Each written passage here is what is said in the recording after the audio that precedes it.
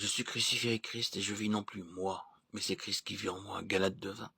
L'apôtre souhaite ardemment que ses auditeurs soient aussi enrichis d'une pleine certitude de l'intelligence pour connaître le mystère, Colossiens 2:2, qui lui a été révélé, Éphésiens 3:3. Il viendra pour être glorifié dans ses saints, au milieu de tous ceux qui croient, 2 Thessaloniciens 1:10. C'est que Dieu appelle toutes les nations à participer aux richesses qui sont en Christ. Et lui, Paul, a été choisi pour le leur annoncer. C'est par un effet de la grâce qu'il a été appelé pour porter la lumière, afin que chacun, comprenant à son tour le mystère, devienne aussi l'un de ses messagers et que la sagesse de Dieu, infiniment diverse, soit manifestée par l'Église aux dominations et aux puissances, qui dans les lieux célestes surveillent les interventions de Dieu en faveur d'une création déchue. L'apôtre a reçu cette révélation de Christ en lui, pour qu'il l'annonce, écrit-il aux Galates. Et il fait précéder sa déclaration, Christ vit en moi, de cet autre. J'ai été crucifié avec Christ, montrant par là que la révélation du mystère, Christ en nous, est liée à notre union avec lui en sa mort. Dès que nous avons compris cet ultime message du calvaire et ses répercussions dans notre vie quotidienne, toute la pensée de Dieu à notre égard se déroule à nos yeux dans son harmonieuse beauté.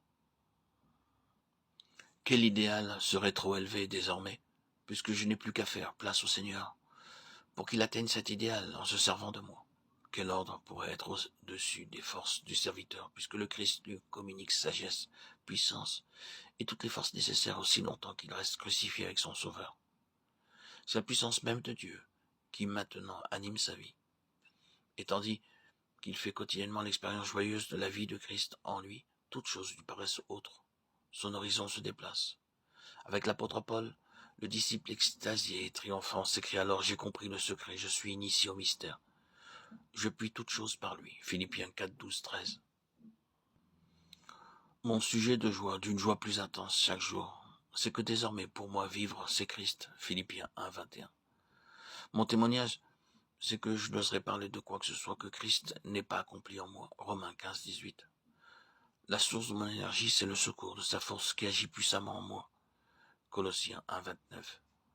Vie bénie où le racheté marche par la foi au Fils de Dieu, parfait repos, bonheur sans mélange, liberté absolue. L'âme a toute chose lorsqu'elle a compris le secret de son roi. Quelqu'un pensera peut-être l'aboutissement de toutes ces expériences successives semble être un état de non-être. Il semble que Paul soit devenu un automate, sans volonté, sans individualité. Non pas. L'apôtre nous dit qu'il est crucifié et ajoute aussitôt « et cependant je vis ». Il ne s'est pas mué en cadavre, il vit.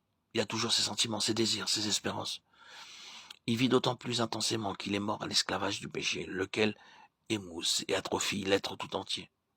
Maintenant, toutes ses facultés sont affranchies, vibrantes, vivantes, ultra-sensibles, non pour transmettre, comme autrefois les émotions égoïstes, tout ce qui a trait à la recherche du moi et à l'amour du moi, mais pour manifester l'amour et la vie de Christ, lequel maintenant vit en lui.